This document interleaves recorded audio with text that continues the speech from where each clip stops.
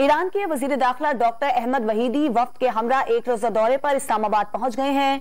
वफाकी वजीर दाखिला शेख रशीद ने नूर खान एयरबेस पर मेहमान का इस्तकबाल किया। इस पर बात करेंगे डॉन न्यूज के नुमाइंदे नवीद सिद्दीकी से। नवीद, क्या मसरूफियात रहेंगी आज उनकी?